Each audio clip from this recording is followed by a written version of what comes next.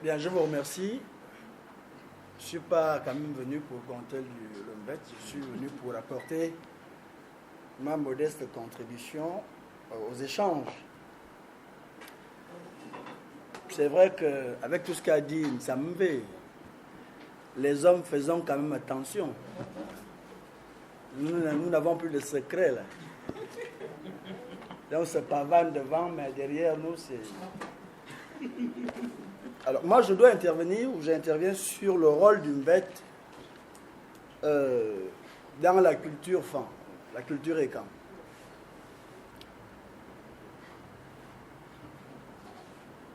D'entendre, je commence par vous dire que ce que j'entends partout, c'est que le bête fait peur.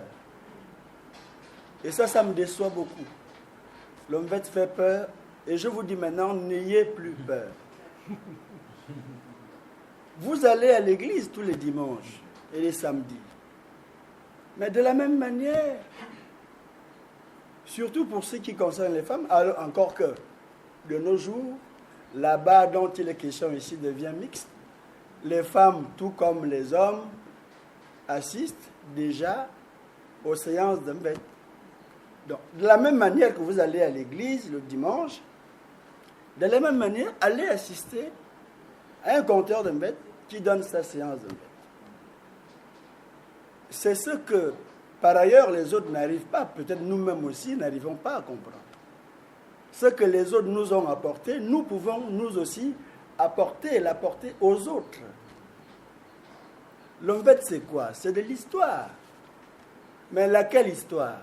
Le plus souvent, on définit l'histoire comme le récit de ce qui s'est passé autrefois. Mais non. L'histoire, c'est quoi la définition de l'histoire? L'histoire commence à partir du premier document écrit. Pour ceux qui sont de tradition écrite. Mais l'histoire également commence à partir de la première stèle, où les premiers humains, où les premiers êtres ont inscrit leur passage pour la postérité. Dès lors qu'on a les traces de ce passage, de nos premiers êtres, de nos aïeux sur terre, alors nous allons parler de notre propre histoire. Et notre propre histoire commence à partir d'une bête, à partir du coma d'Oyonada. Effectivement, Oyonada, c'est lui, paraît-il, qui enseigna, qui montra, qui a dévoilé l'ombette aux femmes. C'est ce qu'on nous dit, qui est écrit partout. Mais Oyonada, c'est qui? Oyonada, c'est le fils de Komekan, dont a parlé Nsambe tout à l'heure. Et Nsambe, Okomekan, en question, est la fille de Kanna.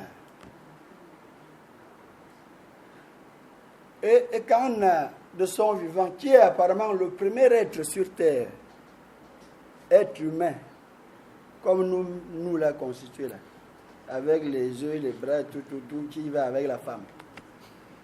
C'est le premier être humain sur terre qui soit doté de toutes ses facultés.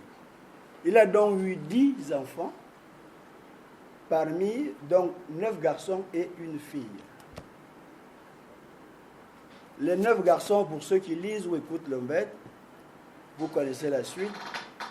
Mais la fille, la seule, l'unique qu'il a eue, c'est cette fille-là qu'on appelait Okomekan.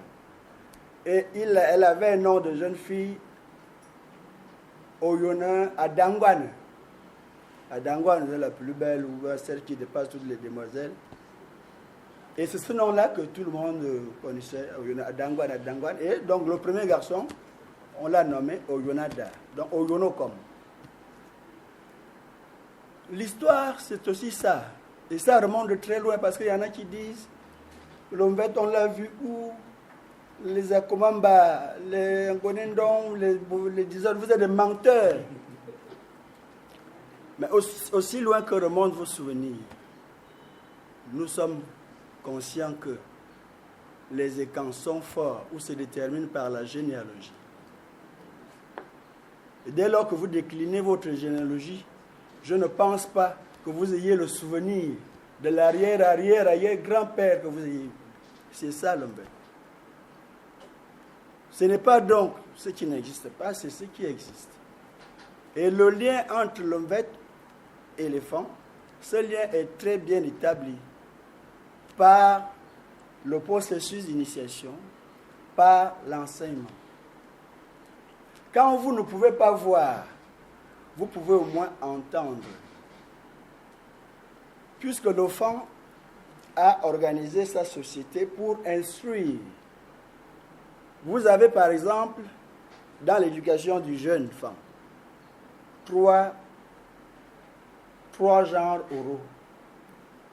Vous avez le mangane, vous avez Oula, vous avez l'Umbet, en fait 3. Et parallèlement, nous avons également 3 genres d'initiation propres, qui commencent avec le Père, ensuite nous remontons au Ndomba Ousso, et après la dernière initiation, c'est le Melan. Et qu'est-ce que l'enfant a fait? Ce n'est pas une espèce de mégalomanie, c'est un constat. Qu'à chaque initiation correspondait une littérature. Quand vous êtes entre 5 et 12 ans, vous avez une initiation qu'on appelle le père. Et dans ce père-là, qu'est-ce qu'on vous enseignait? À piéger les petits oiseaux, les écureuils, à pêcher les petits poissons et tout. Et en synergie, vous avez la littérature qui accompagne cette initiation qu'on appelle Mangane. Et dans le Mangane, qu'est-ce qui est le cycle Mangane? C'est le cycle de la tortue et de la panthère. Qu'est-ce qu'on y enseigne? Tel oiseau s'appelle tel animal s'appelle tel, parce qu'on sait que vous êtes en phase d'initiation du père, vous avez besoin de cet enseignement pour pratiquer et pour être actif. Et dès lors que vous passez de l'adolescence, vous avez un autre niveau d'enseignement qu'on appelle Oula. Et je commence à voir les seins, si c'est une fille, à courir derrière les petits garçons ou les garçons, si c'est un homme, derrière les jeunes filles, parce que tu te sens déjà adolescent. Et on vous enseigne le saut Bendombe. À ce moment, on commence par vous montrer quelques bribes d'initiation. Tu es déjà en âge de faire la bagarre avec les autres de l'autre village. Mais pour faire la bagarre, certes, il ne faut pas seulement compter sur la force physique, parce que l'autre aussi ne compte pas sur seulement sa force physique. Il faut quelques incisions là. Papa, c'est quoi? Il dit, c'est ça, le coup de poing. Achète ça, je te fais ça là. Tu veux le coup de tête? Oui, voilà. La fille là, oh elle m'embête, il dit, viens, voilà la potion. Voilà la potion. On commence par vous guider vers l'initiation, vers les mystères de la vie. Et vous êtes en âge de guerroyer avec les autres. Vous faites partie du bataillon qui va affronter les autres. À ce moment-là, on vous enseigne le Bakomina Ndombe, So, Rekibowu. À ce moment-là, tu es capable d'affronter une panthère, même sans machette, et un buffle sans lance, parce que on t'aura préparé pour ça. Et là, tu ne comptes que sur la force physique, avec les gris-gris, avec la magie. Et vous avez quoi en parallèle? Oula, comme enseignement, Oula Zama. Le nom Zama commence à apparaître, ce qui n'est pas le cas quand vous êtes en 5, 6, 7, 8 ans, 10 ans. Le nom de Zama, avec tous ses fils, Zama, Bendapier et tout ça, commence à apparaître. On vous dira que voilà, il y a un jeune homme ou une belle fille qui était quelque part très belle, mais il y avait un jeune garçon très pauvre, orphelin, qui n'avait rien. Mais il fallait au moins qu'il aille aussi faire ses preuves avec les autres. Mais le pauvre, il est assujetti aux tâches domestiques, ménagères, puisqu'il n'a pas de père. Il fait tous les travaux de la maison pour vivre. Mais il réussit quand même à finir à temps. Il fait son chemin après, au milieu de nulle part. il y a de la fumée qui sort. Il dit, ah, qu'est-ce qui fait de la fumée ici? Pourtant, je passe d'habitude. Il s'enfonce dans la forêt. Après, il trouve une petite cabane avec une vieille femme à l'intérieur. Oh, maman, vous faites quoi là? Ah, papa, on m'a abandonné. On me dit que c'est moi qui tue tout le monde ici. Ah, le jeune homme regarde, il n'y a pas l'eau, il n'y a pas le bois. Ah, maman, je vais quand même, moi je vais là-bas. Tu vas où? Je vais là-bas. Mais je vais quand même t'épuiser l'eau, même si je suis en retard. Le jeune homme, bien éduqué, va puiser de l'eau, couper du bois pour la vieille femme. Et la vieille femme lui demande, tu as dit que tu allais où? Ah maman, je vais aussi vers là où la jeune fille qui brille là. Je ne peux même pas les pantalons. La maman, la vieille femme, donne un bâton. Et quand vous irez à 1 kilomètre de là où tu vas aller voir la fille, tape le bâton là par terre. Tu verras ce qui va se produire. C'est ça la magie, à partir d'un certain âge. Et maintenant, le clou, c'est l'autre initiation qu'on appelle l'Umvet. L'Umvet, c'est quoi? C'est pour te dire que l'homme-femme, pour ceux qui ne sont pas femmes, j'explique, vous avez un mot à dire à l'humanité. Parce que Oyonada, finalement, c'était un avatar. Et un avatar, c'était un transfuge entre deux mondes. Vous avez des choses à dire. Parce que finalement, l'homme peut-être à la définition de l'épopée, qui est par exemple un mélange de mythes et d'histoire, puis on fait le tout, ça fait une épopée. C'est vrai, on l'a défini comme ça, mais dans le cas d'Umvet, le canevas ne marche pas. Parce qu'il n'y a pas un discours, il n'y a pas un récit type Umvet qu'on va dire, voilà l'épopée. Vous avez l'épopée Mandeng, vous avez Sundiata. Vous avez l'épopée Mouboang, qui est l'épopée Pounou. C'est des textes figés, c'est parfois des gestes, mais il n'y a pas un texte pour dire affini. Un texte affini pour dire, ça c'est, dès que j'ai lu ce texte-là, ça c'est l'Umvet. Non. Et parfois, les chercheurs, et ceux qui viennent d'ailleurs, font malheureusement la bêtise. Parce que j'aurais écouté les tourneaux, voilà, l'Umvet dit ceci. Non. C'est une galaxie, c'est une nébuleuse. C'est pourquoi on ne va pas définir l'Umvet simplement comme une épopée, mais l'Umvet c'était un document. Un document parce que les anciens femmes sont nés. Ils ont trouvé le monde. Ce qu'ils ont trouvé, eux également ont réfléchi à ce qu'ils pouvaient faire de ce monde. C'est pourquoi le Vêt constitue un document. Et on a dit, voilà, comme ils sont de tradition orale, ils ne valent rien. Mais la mémoire, il n'y a pas meilleur conservatoire, ou mais c'est pas trop, que la mémoire. C'est un disque dur. Et qu'est-ce qu'on dit? On dit, la tradition orale se transmet de génération en génération. Là, on ne brûle pas ça. On a brûlé Alexandrie. Pourquoi? Parce que c'était écrit. Mais on n'a pas brûlé. On ne pourra jamais brûler le Vêt parce que c'est là-dedans. La mémoire. Et les Blancs travaillent, on dit, la mnémotechnique. Comment font-ils ces gens-là pour retenir rien qu'un texte de 12 000 vers? Ils ont quelle mémoire? C'est ça. C'est à quoi les anciens font penser. Le document que nous allons léguer à la postérité, c'est à la fois ce que nous avons trouvé et ce que nous avons fait.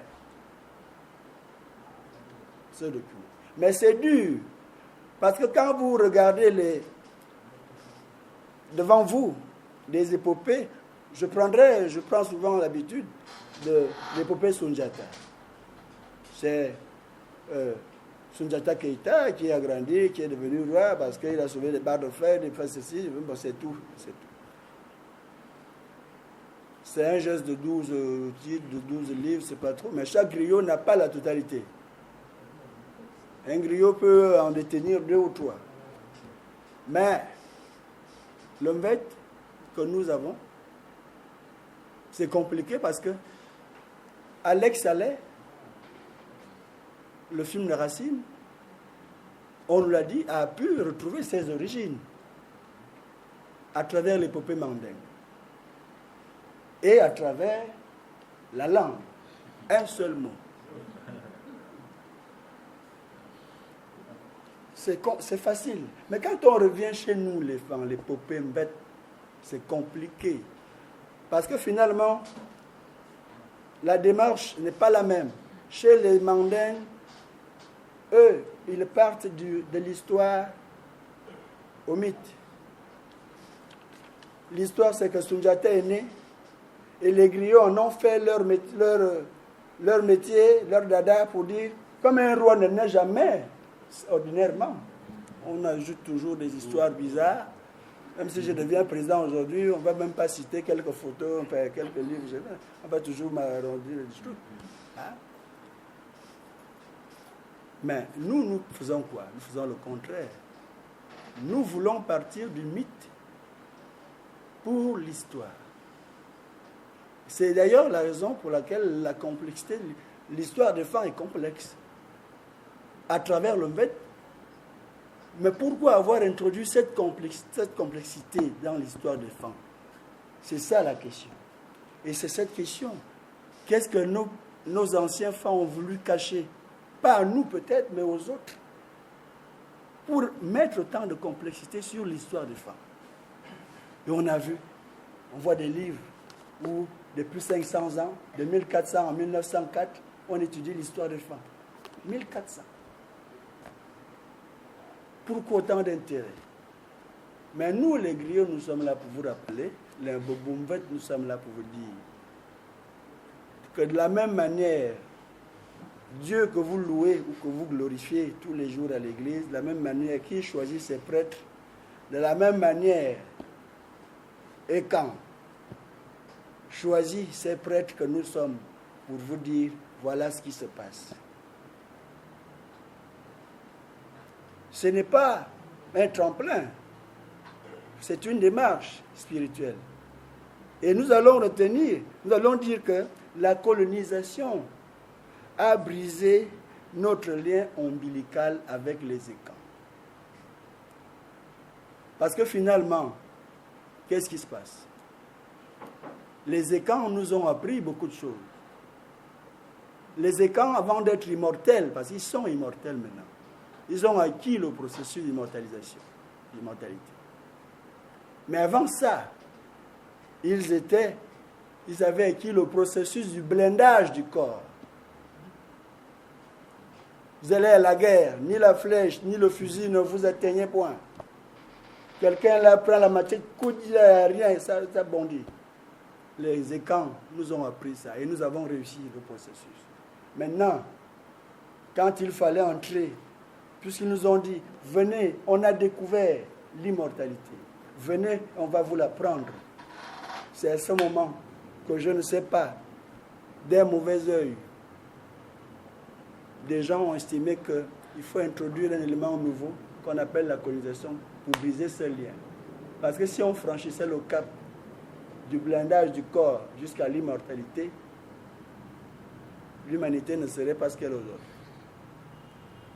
On était juste à 2 doigts pour que les Écans, nos aïeux, nos frères là-bas, de l'autre Ayat, qui sont là-bas, on était à 2 doigts qu'on découvre l'immortalité. Mais la colonisation a brisé ça. Dit ces gens-là, si ils découvrent ça, c'est pas bon.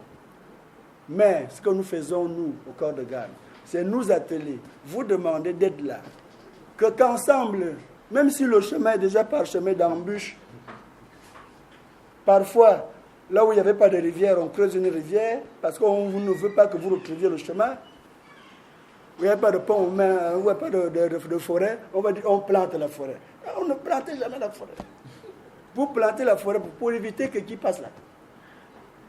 Même si c'est parsemé comme ça, c'est pourquoi nous les Boumvet, il faut que vous soyez là. Pour qu'ensemble, nous ne sommes pas des prophètes ou des messies en tant que tels.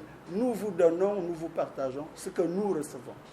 Et nous avons besoin de vous pour qu'ensemble, nous retrouvions tous ce que nous avons perdu. C'est ça l'Omvet.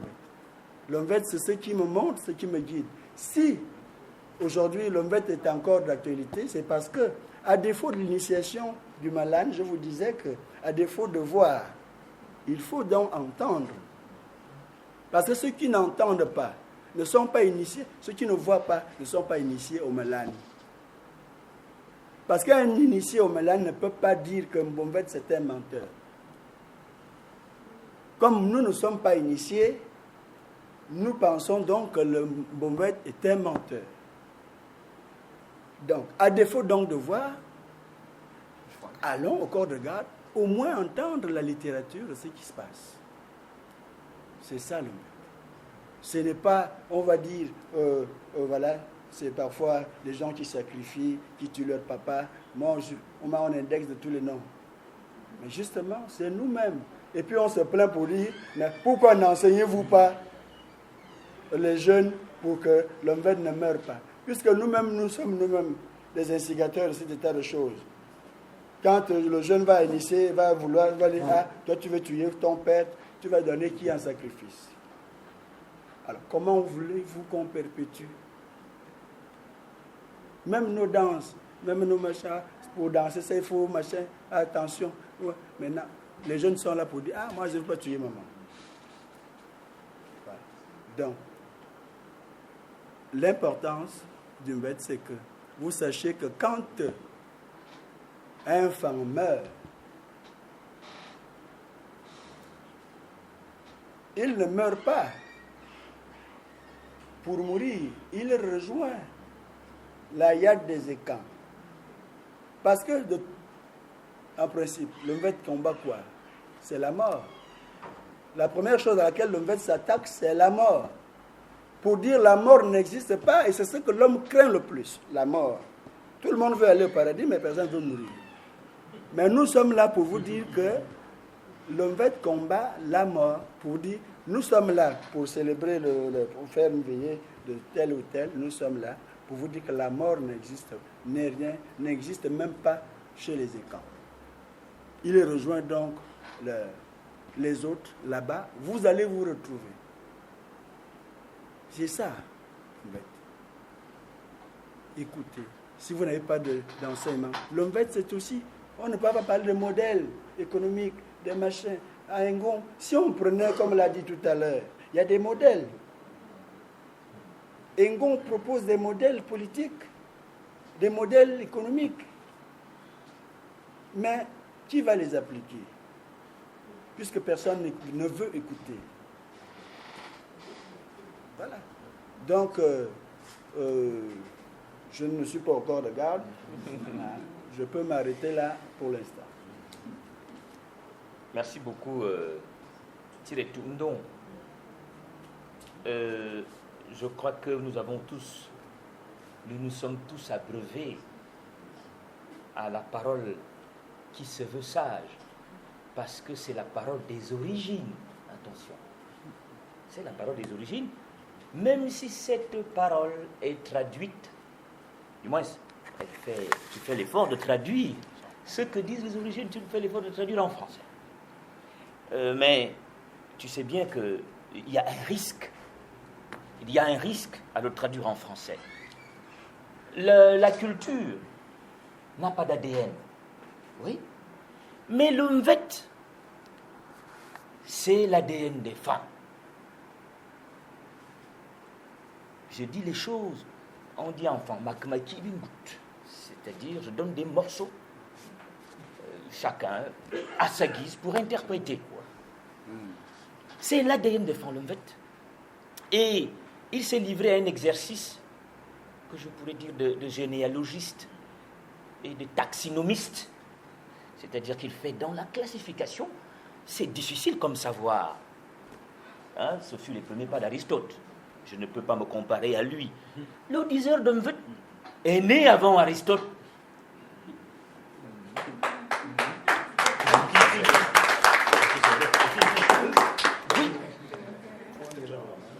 Donc, il faut faire attention. Et ici est le lieu de la transcendance. Et non pas de l'immanence. C'est pour cela que c'est toujours un risque d'aller tirer et provoquer ceux qui sont ayat. Vous voyez, le risque, c'est de prendre feu et de s'enflammer. Et je ne reviens pas sur le détail du rapport entre l'initiation et la littérature adaptée ou appropriée. Vous l'aviez, ça a été bien sérié par le conteur. Mais il a dit quelque chose qui, pour moi, résume son intervention. C'est que nous avons besoin de vous pour qu'ensemble nous retrouvions ce que nous avons perdu. Je vais m'arrêter là pour laisser la place et ne pas prendre toute la place au dernier conférencier, docteur Ovone Ben-Mathurin, qui nous entretiendra sur le Biri et le culte Melan dans la société Ekan. Vous avez la parole, mon frère.